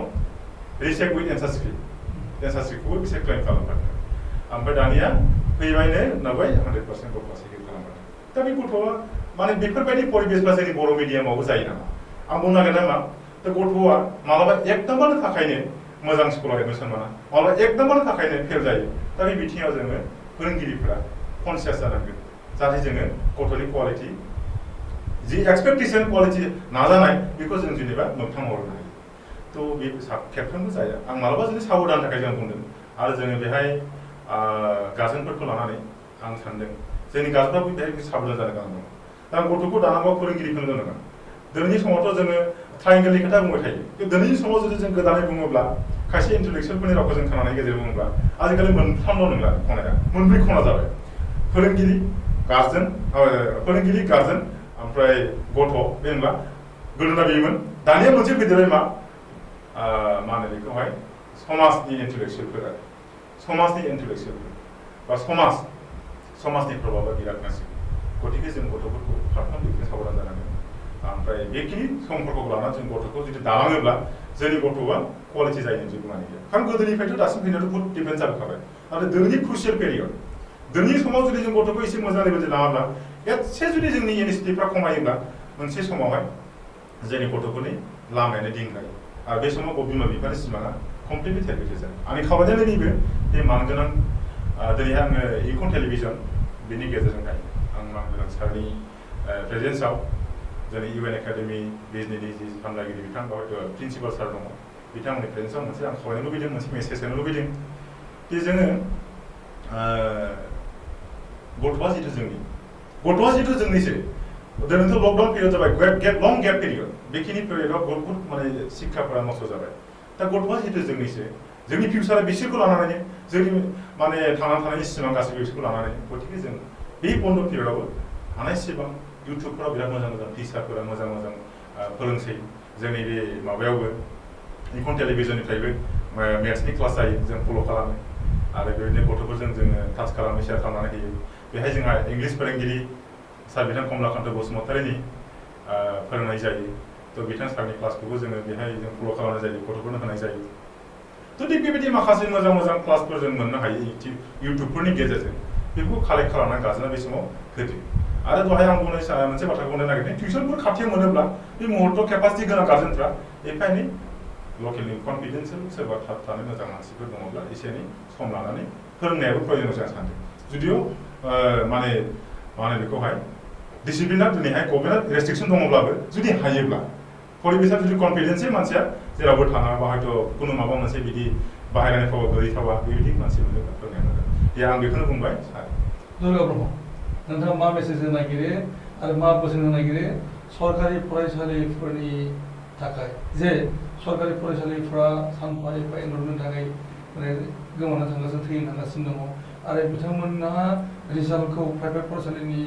माने थुलुनायाव गोबांथार माने ल'आव दङ दा बैफोरनि बेलायाव नोंथाङा मा बुंनो सानो बेयाव जोङो मोननै मोनथामसो जोङो जाहोनफोरखौ नुहुरो दहाय सारा बुंलांनाय बायदि जोङो माने सारा मोनसे बाथ्राखौ बुंदोंमोन गभर्नमेन्ट स्कुलनि फोरोंगिरिफोरखौ प्राइभेट स्कुला माने बख'नानै माने लाबोनायनि खोथा फरायसाफोरखौ माने ओरैहाय खावसे माने बख'नानै लाबोनायनि खोथा जेरै जोंनि 280 फरायसाफोरखौ जोङो माने बर' बिजों सरकारि स्कुलनिफ्राय माने बख'नानै लाबोनायनि खोथाखौ सारा एसे रायखांदोंमोन दहाय दा आङो बे बाथ्राखौ आङो बुंनो थांला माने गोबां माने गेदेमा सुबुंफोर रोंगौथि गोनां सुबुंफोरा बिनि सायाव बिजिरनानै नायगोन दा आङो सासे गोरायुं गौथि स्कुलनि गोरायुंबो जानानै आं बिनि सायाव गोबां माने गियान गैया दा अब्लाबो सारा सोंनाय बायदि आंनि जि मोन्दांथि एसे फंनैसो बेखौ आङो बुंनोसै दा दिनैनिफ्राय 10 बोसोरनि सिगां जि सरकारि स्कुलनि जि माने अबस्था बे अबस्थाया जोबोद गाज्रि माने गाज्रियाव माने दंमोन दा नाथाय दिनै फैयै सरकारि स्कुलफ्राबो एसे माने माबायाव माने फैबाय दा मोजाङाव फैबाय माने रिजाल्टफ्रा एसे मोजां जाबोनो हमबाय देग्लायबो मथा-मथि जोंनि चिरां डिस्ट्रिक्टआव माने सरकारिजों प्राइभेटजों लोगोसे सरकारि माने सोलोंसालिफ्राबो गोबां माने रिजाल्टखौ मोजां खालामनो हादों दा आं बुंनो नागिरदों दे दा नैबे माने रिजाल्ट मोजां जानायनि माने गेजेराव दा गोदो 10 बोसोरनि सिगां जि माने गाज्रि हालोदाव दंमोन दा बेयाव सरकारि बिथिंनिफ्रायबो माने सिस्टेमफ्रा माने मोजां नङामोन आरो बै समाव माने जोंनि जि समाजारि जोंनि बर' हारिनि जे समाजनि बायदिसिना माने गुबुंले बारहावा बेफोरबो सोलिबाय थादोंमोन। दा लास्टआव जोंनि माने फोरोंगिरिफ्राबो बांद्राय माने गोसो होनानै जों फोरोंनायखौ जोङो मोजां नुनो मोनामोन आरो जोंनि जि माने फरायसाफोरनि जि जोथोनगिरि बिथांमोनाबो बांद्राय माने फरायसाफोरखौ माने गावनि फिसाफोरखौ माने गोसो होनानै माने फरायहोनाय बेखौबो जों माने नुनो मोनामोन। नाथाय माने दिनैनि दिनाव नैबे कम्पिटिशन बा बादायलायनाय जि मुगायाव दिनै आङो माने डिसिप्लिनाथ' एखे प्राइभेट आरो गभर्नमेन्ट स्कुल डिसिप्लिना एखेयानो जानांगौ आरो जाखागोन नोंखागौ बियो फोरोंनाय आदब बा फरायनाय आदब गासैबो एखेयानो। नाथाय बैफोर माने प्रब्लेमनि थाखायनो गभर्नमेन्ट स्कुलनि जि रिजाल्टफोर बे रिजाल्टफ्रा एसे गाज्रि जाबोनो हमदोंमोन। दा बिनि थाखायनो बिनि बे थांखिखौ माने नोजोर होनानै बेफोरखौ नोजोर होनानैनो माने सोरबा एसे कनसियास माने जोथोनगिरिफ्रा माने इयुनखौ नाहरनानै गावनि फिसाफोरखौ बबे माने स्कुलाव फोरोङोब्ला माने मोजां जागोन बा इयुनखौ मोजां नुहुरनो हागोन बेखौ साननानै गोबां गार्जेनफ्रानो माने प्राइभेट स्कुल नागिरदोंमोन। दा बेनि थाखायनो माने गुबुन मिडियामफ्राबो जेरै शंकरदेव जातीय बिद्यालय बायदिसिना माने एसामिस गभर्नमेन्ट स्कुल थासेयावबो माने बेबायदि प्राइभेट स्कुलखौ गायसननानै एसामिस फरायसाफ्राबो माने बेबायदिनो माने प्राइभेट स्कुलाव होनानै मोजां रिजाल्ट खालामनो हादोंमोन। दा बेफोरखौ नोजोर होनानैनो जोथोनगिरिफोरनि लुबैनाय आरो जायफोर बिथांमोना माने प्राइभेट स्कुलखौ खुलिनो बर' बिजोंनि थाखाय प्राइभेट स्कुलखौ खुलिनो गोसो जानाय बे मोननैजों मिलायनानै दा गोबां बर' बिजों प्राइभेट स्कुल माने जोंनि बर' हालामाव माने बर' बिजों स्कुला जोनोम जाबाय। दा जों नुनो मोनसै प्राइभेट स्कुल आरो गभर्नमेन्ट स्कुलनि गेजेराव माने कम्पिटिशना जानांसिगौ आरो जागासिनो दंबो। दा जोङो नैबे देग्लाय माने 2010नि जि 6 जुनाव जि मेट्रिकनि जि रिजाल्ट बे रिजाल्टखौ माने नायनानै जों माने बुंनो हायो माने प्राइभेट स्कुलनिख्रुइ अबेबा स्कुलाव माने गभर्नमेन्ट स्कुलनिफ्रायनो डिस्टिंसन लानानै पास खालामनो हानाय फरायसाफ्रा माने ओंखारदों। दा बेनिखायनो जोङो बिनिफ्राय जों बुजिनो हाबाय माने प्राइभेट आरो गभर्नमेन्टनि गेजेराव कम्पिटिशना सोलिगासिनो दङ। दा आं आरोबाव जाहाथे माने बिनिख्रुइ आरो साबसिन माने जानायखौ माने जोंनि माने समाजा लुबैयो बा बर' सुबुंफ्रा लुबैयो। दा बेनिखायनो आङो बयखौबो प्राइभेट आरो गभर्नमेन्ट सोलोंसालिनि गासैबो फोरोंगिरिफोरखौ आङो खावलायनो लुबैयो जाहाथे माने मोजां दायित्व लालायनानै फरायसाफोरखौ एसे माने मटिभेट होलायनानै मोजाङै फरायनो थिननानै बा फोरोंनानै जाहाथे उननि बोसोरफ्रावबो जाहाथे माने फैबाय थानाय जि रिजाल्टफोर बे रिजाल्टफोरखौ जाहाथे मोजाङै माने मोजां रिजाल्ट माने खालामनो हायो बेनि थाखाय आङो माने बुंबायै खावलायनाय थाबाय। बेनिखिनिखौनो आङो जोङो गोबांथार सावरायदों आरो सावरायनो गोबांथार दंबावो जे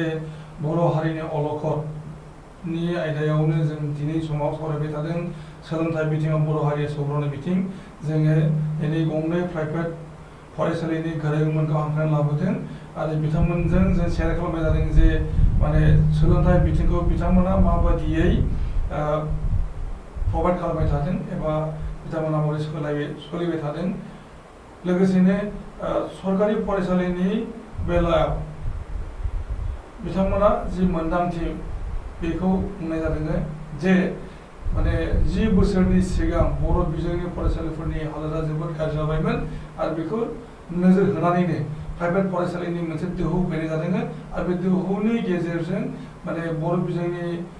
बेलायाव साबस्रांनाय फैदों आरो दा समावहाय माने सरकारि फरायसालिफोरनि हालोदाबो साबसिननिफ्राय साबसिन जाबोबाय थादों बेखौ बुंनो नागिरदों बिथांमोना। दिनै समावहाय जों नुनो मोनदों जे प्राइभेट फरायसालिफोरनि गेजेरजों गोबांथार माने गोरों लाइमोनफोरा एंगेजमेन्ट जादों आरो बिथांमोनखौ थिसननायनि गेजेरजों बिथांमोननि जिउ दानायनि आबुं जिउ दानायनि राहा होनो हायाखैब्लाबो बिथांमोनखौ एंगेजमेन्ट खालामनायनि गेजेरजों खामानियाव थिसननो हानाय जादों। लोगोसेनो बर' हारिनि गेजेराव एबा बर' बिजोंनि जेनाखि हालत बेखौ साबस्रांहोनायाव माने गाहाय बिफाव लादों होननानै जों दासान्दि बुंनो गोनां जायो बे बाथ्राखौ बिथांमोनखौ जोङो मिथिनो मोनदों जों सावरायबावगोन गोबांथार सावरायनायनि गोनांथि दङ बर' हारिनि अलखद बिथिङाव बर' हारिया आथिखालाव बर' बिजोंखौ लानानै जि सावरायनाय बिथिं बेनि सायाव जोङो नुदों गोबांथार सांग्रां गार्जेनफोरा प्राइभेट फरायसालिफोरनि फारसे मोखां जालांदों आरो बे प्राइभेट फरायसालिफोरनि मोखां जालांनाय बेलायाव गोबांसेया अजद लाबाय थादों जे प्राइभेट फरायसालिफोरनि थाखायनो सरकारि फरायसालिफोरा सानफा गंफा माने बिलुप्त एबा गोमालांनो बन्द जानो गोनां जादों बेबायदि बानबुंथि फैदों बिथांमोना बुंनो नागिरदों प्राइभेट फरायसालिनि गोरों बिथांमोना जे बिथांमोना सरकारि फरायसालिफोरनि जेनाखि एनरलमेन्टनि क्राइसिस जानाय बेवहाय एसेब्लाबो गोहोम गोग्लैदों बेखौ मानिदों नाथाय बिथांमोना प्राइभेट फरायसालिफोरनि गेजेरजों माने गामि गामि फरायसाफोर बुथुमनायनि गेजेरजों सरकारि फरायसालिफोरखौ जाला खालामनायनि जेबो मतलब गैया बे बाथ्राखौ बिथांमोना बुंनो नागिरो आरो बिथांमोना बुंनो नागिरो जे सरकारि फरायसालिफोराबो मोजाङै मोजां सामलायथों आरो मोनसे कम्पिटिसन जाथों प्राइभेट आरो सरकारि फरायसालिनि गेजेराव आरो बेनि गेजेरजों बर' बिजोंनि जै जै मेमै जाथों बे बाथ्राखौ बिथांमोना बुंनो नागिरो आरो बे जायोब्ला गमामायैनो बर' बिजोंनि थासारिया मोजां जागोन जों बेखौ मिजिं लानो हायो गोबांथार सावरायनो आद्रा थाबाय मिजिं लादों उन समाव जों बांसिन सावरायगोन आरो जों बेखिनियाव जों दिनैनि बे सावरायनायखौ फोजोबबाय गोजोनथों खुलुमबाय